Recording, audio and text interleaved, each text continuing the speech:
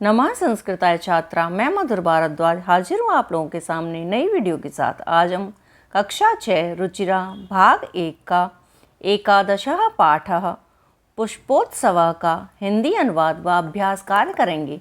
बच्चों, अगर आप लोगों को मेरी वीडियो अच्छी लगती है तो प्लीज़ उसे लाइक और शेयर करना ना भूलें।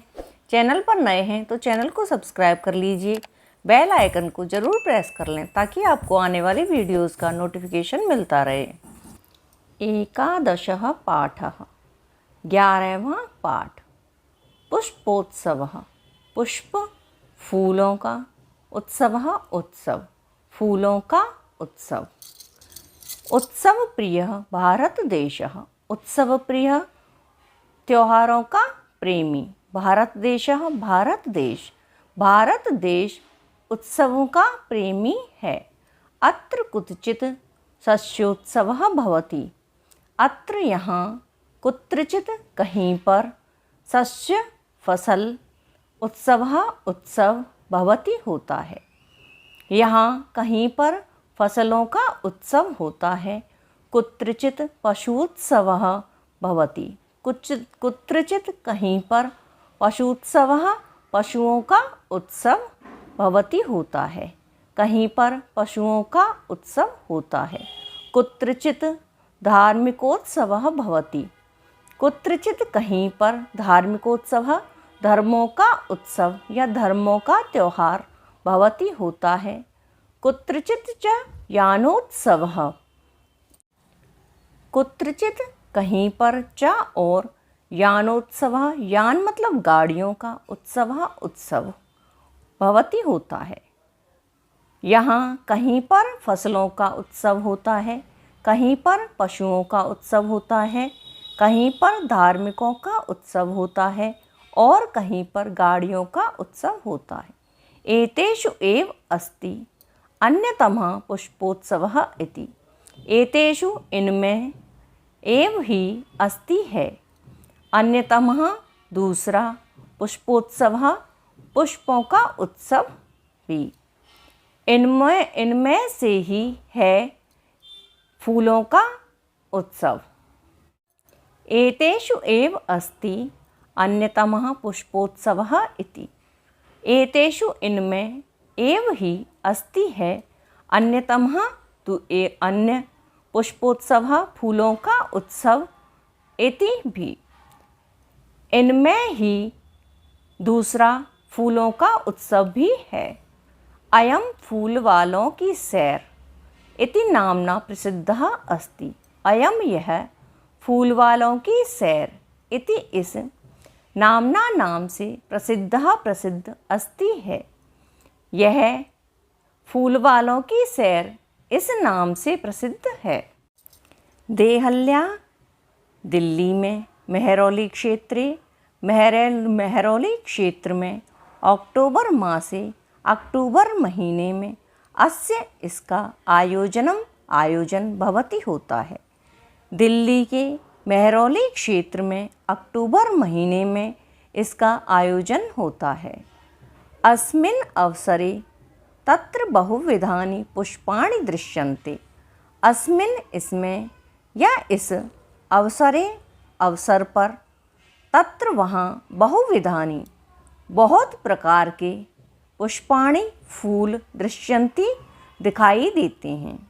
इस मौके पर वहाँ बहुत प्रकार के फूल दिखाई देते हैं। परम प्रमुखम आकर्षणम तु अस्ति पुष्प निर्मितानि व्यजनानि। परम लेकिन, प्रमुखम प्रमुख है, आकर्षणम आकर्षण तो अस्ति है, लेकिन प्रमुख आकर्षण तो पुष्प निर्मितानि फूलों से निर्मित, व्यजनानि फूलों से निर्मित पंखे हैं। लेकिन प्रमुख आकर्षण तो फूलों से बना हुआ पंखा है। जनाः एतानि पुष्पव्यजनानि योगमाया मंदिरे बख्तियार काकी इत्यस्य समाधिस्थले च अर्पयन्ति।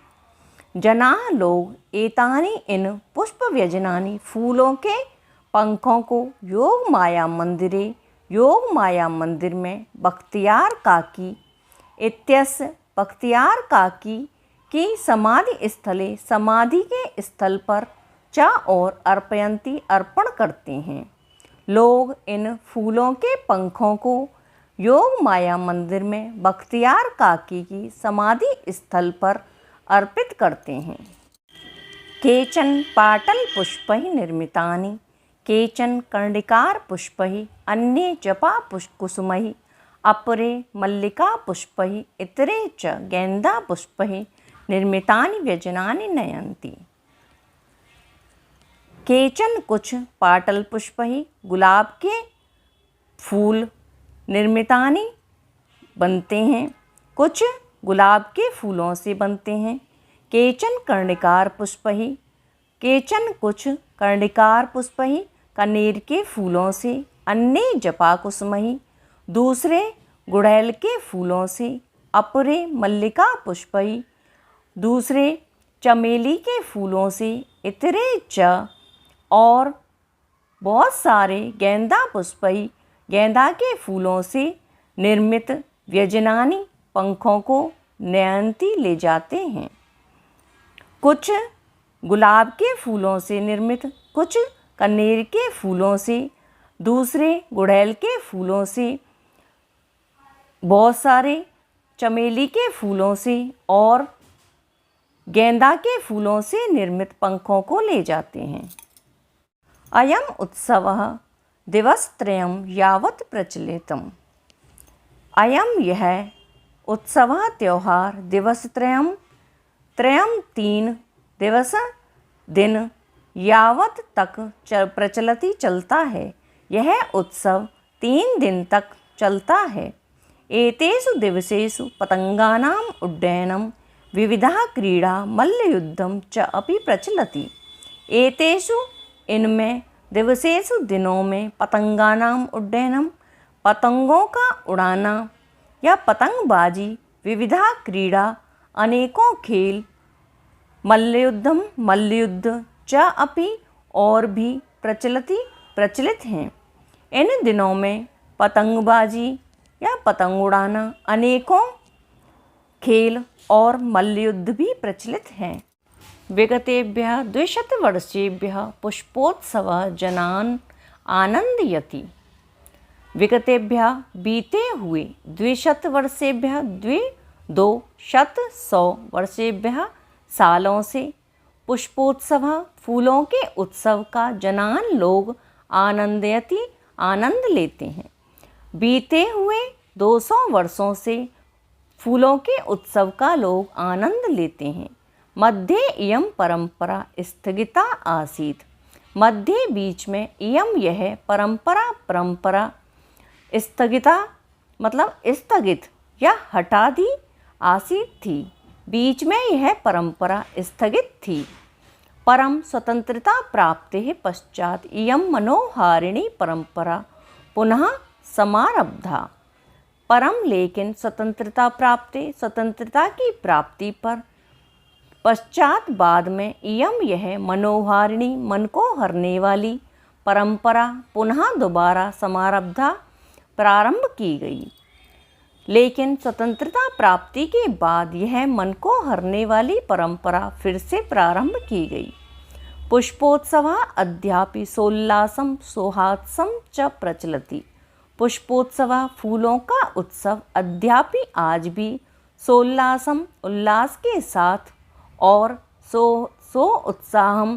उत्साह के साथ प्रचलित है।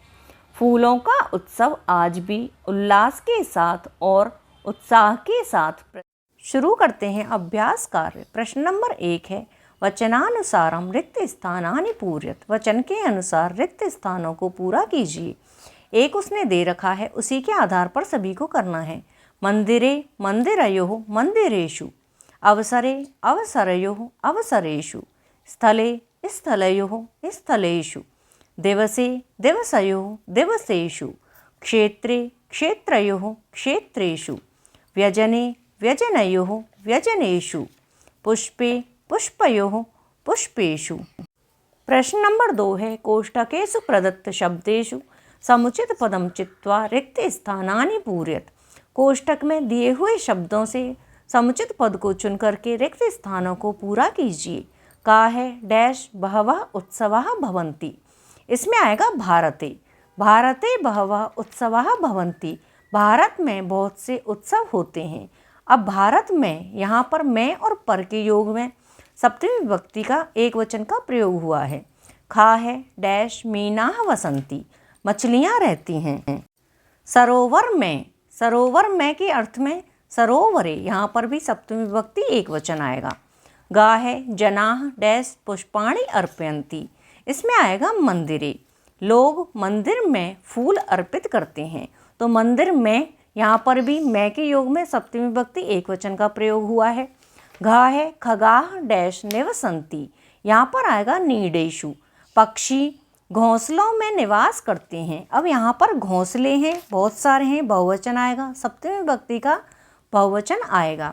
ड़ा है छात्राः डैश प्रयोगम कुर्वन्ति। इसमें आएगा प्रयोगशालायाम। प्रयोगशाला स्त्रीलिंग का शब्द है, इसलिए स्त्रीलिंग सप्तमी विभक्ति एक वचन में प्रयोगशालायाम आएगा। बच्चे प्रयोगशाला में प्रयोग करते हैं। चा है डैश पुष्पाणि विकसन्ति। फूल खिलते हैं। इसमें आएगा उद्याने। बगीचे में, मैं और पर के योग में सप्तमी विभक्ति एक वचन आया है। उद्याने पुष्पाणि विकसन्ति। बगीचे में फूल खिलते हैं। प्रश्न नंबर 3 है अधोलिखितानि पदानि आधृत्य सार्थकानि वाक्यानि रचयत। नीचे दिए हुए पदों से सार्थक वाक्य बनाइए। पहला है वानराः। प्रथमा विभक्ति बहुवचन है, तो हमको क्रिया भी प्रथमा विभक्ति बहुवचन की ही लगानी है। वानराः आएगा कूर्दन्ति। बंदर कूदते हैं। कहाँ पर कूदते हैं? वृक्षों पर। तो वाक्य बन जाएगा वानराः वृक्षेषु कूर्दन्ति। दूसरा है सिंहा। तो ये भी हमारा पुल्लिंग का प्रथमा विभक्ति बहुवचन है। क्रिया भी प्रथमा विभक्ति बहुवचन की ही आएगी। तो सिंह क्या करते हैं? गर्जते हैं। तो सिंहा गर्जन्ति। अब कहाँ पर गर्जते हैं? वनों में। तो बन जाएगा सिंहा वनेषु गर्जन्ति। तीसरा है मयूराः।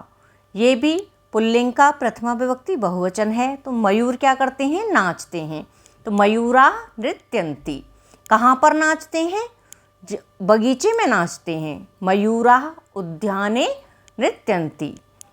मत्स्या, मत्स्या हमारा स्त्रीलिंग का प्रथमा विभक्ति बहुवचन है। अब मछलियाँ क्या करती हैं? तैरती हैं। तो ये भी हमारा बहुवचन का ही आएगा। मत्स्याः जले तरन्ति। मछलियाँ पानी में तैरती हैं। लास्ट है खगाः पक्षी। ये हमारा पुल्लिंग का प्रथमा विभक्ति बहुवचन है। तो पक्षी क्या करते हैं? उड़ते हैं। उत्पतन्ति।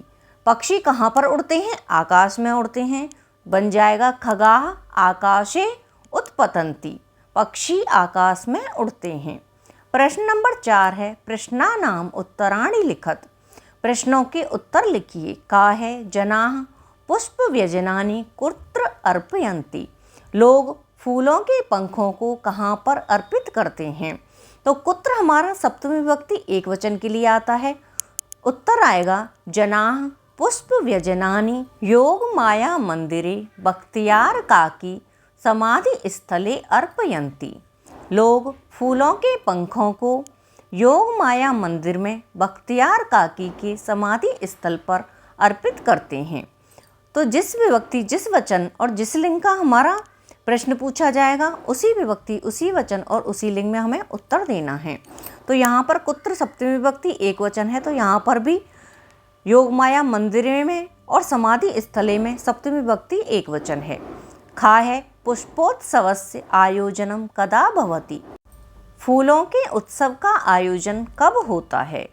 तो यहाँ पर भी कदा शब्द सप्तमी विभक्ति एक वचन के लिए ही आता है। उत्तर आएगा पुष्पोत्सवस्य आयोजनम अक्टूबर मासे भवति। फूलों के उत्सव का आयोजन अक्टूबर के महीने में होता है। गा है अस्माकं भारत देशः कीदृशः अस्ति। हमारा भारत देश कैसा है? उत्तर आएगा अस्माकं भारत देशः उत्सव प्रियः अस्ति। हमारा भारत देश त्योहारों का प्रेमी है। घा है पुष्पोत्सवः केन नाम्ना प्रसिद्धः अस्ति। तो यहाँ पर जो केन है यह तृतीया विभक्ति एकवचन है। उत्तर आएगा पुष्पोत्सवः। फूल वालों की सैर इति नाम्ना प्रसिद्धः अस्ति। फूलों का उत्सव फूल वालों की सैर के नाम से प्रसिद्ध है। णा है मेहरौली क्षेत्रे कस्याः मंदिरम कस्य समाधि स्थलश्च अस्ति। मेहरौली क्षेत्र में किसका मंदिर और किसका समाधि स्थल है। उत्तर आएगा, यहाँ पर ये षष्ठी विभक्ति एकवचन है। कस्याः ये तो स्त्रीलिंग का षष्ठी विभक्ति एकवचन है और कस्य ये पुल्लिंग का षष्ठी विभक्ति एकवचन है। तो उत्तर आएगा मेहरौली क्षेत्रे योग मायायाम मंदिरम बख्तियार काकी इत्यस्य समाधि स्थलश्च अस्ति। मेहरौली क्षेत्र में योग माया का मंदिर और बख्तियार काकी की समाधि स्थल है। प्रश्न नंबर 5 है, कोष्टकेषु दत्तेषु शब्देषु उचितां विभक्तिं प्रयुज्य वाक्यानि पूरयत। कोष्टक में दिए गए शब्दों में उचित विभक्ति का प्रयोग करके वाक्य को पूरा करो। जैसे कि उसने एक दे रखा है, सरोवरे मीनाः सन्ति, तालाब में मछलियाँ हैं। अब कोष्टक में शब्द दे रखा है, उसके अनुसार ही हमको यहाँ पर विभक्ति लगानी है। का है डैश कच्छपाः भ्रमन्ति, कछुए घूमते हैं। सामने दे रखा है तड़ाग, तो सप्तमी विभक्ति एकवचन आएगा क्योंकि तालाब में कछुए घूमते हैं। खा है डैश सैनिकाः सन्ति, सैनिक हैं। अब यहाँ पर शिविर दे रखा है तो इसमें भी सप्तमी विभक्ति एकवचन आएगा। क्यों? क्योंकि शिविर में मैं और पर सप्तमी विभक्ति के योग में आते हैं, तो शिविर में सैनिक हैं। गा है यानानि डैश चलंती, वाहन चलते हैं। कहाँ पर चलते हैं? तो राजमार्ग पर चलते हैं। अब पर शब्द के योग में सप्तमी विभक्ति का प्रयोग होगा तो बनेगा यानानि राजमार्गे चलंती, वाहन राजमार्ग पर चलते हैं। घा है डैश रत्नानि सन्ति, रत्न हैं। सामने दिया है धरा। अब धरा हमारा स्त्रीलिंग का शब्द है और सप्तमी विभक्ति का हमको प्रयोग करना है क्योंकि पृथ्वी पर रत्न हैं, तो यहाँ पर बनेगा धरायाम, सप्तमी विभक्ति एकवचन। णा है बालाः डैश क्रीडन्ति, बच्चे खेलते हैं। तो सामने दिया है क्रीड़ा क्षेत्रे, खेल के मैदान में। अब मैं शब्द के योग में सप्तमी विभक्ति एकवचन आएगा तो बनेगा बालाः क्रीड़ा क्षेत्रे क्रीडन्ति, बच्चे खेल के मैदान में खेलते हैं। प्रश्न नंबर 6 है, मंजूषातः पदानि चित्वा रिक्त स्थानानि पूरयत। मंजूषा से पद को चुन करके रिक्त स्थान को पूरा कीजिए। का है वयम डैश पठामः, हम सभी पढ़ते हैं। तो पढ़ने कहाँ जाते हैं? विद्यालय में। और मैं के योग में सप्तमी विभक्ति का योग होता है, बनेगा वयम विद्यालये पठामः। खा है जनाः डैश भ्रमन्ति, लोग घूमते हैं, बगीचों में घूमते हैं। तो लोग जनाः उद्यानेषु भ्रमन्ति। ग है डैश नौकाः सन्ति, नौका हैं या नाव हैं। कहाँ पर है नाव? गंगायाम नौकाः सन्ति, गंगा में नाव हैं। यहाँ पर ये गंगा स्त्रीलिंग है इसलिए सप्तमी विभक्ति के योग में गंगायाम बनेगा। घा है डैश भ्रमराः गुंजन्ति, भौरे गुंजन करते हैं। इसमें कहाँ पर करते हैं? फूलों पर आएगा पुष्पेषु। अब बहुत सारे फूल हैं इसलिए सप्तमी विभक्ति का बहुवचन आएगा, पुष्पेषु भ्रमराः गुंजन्ति। णा है डैश फलानि पक्वानि सन्ति, फल पके हैं। कहाँ पर? वृक्षों पर। तो वृक्षयोः, यहाँ पर वृक्षयोः पुल्लिंग का सप्तमी विभक्ति द्विवचन है। इसका अर्थ होगा 2 वृक्षों पर फल पके हैं।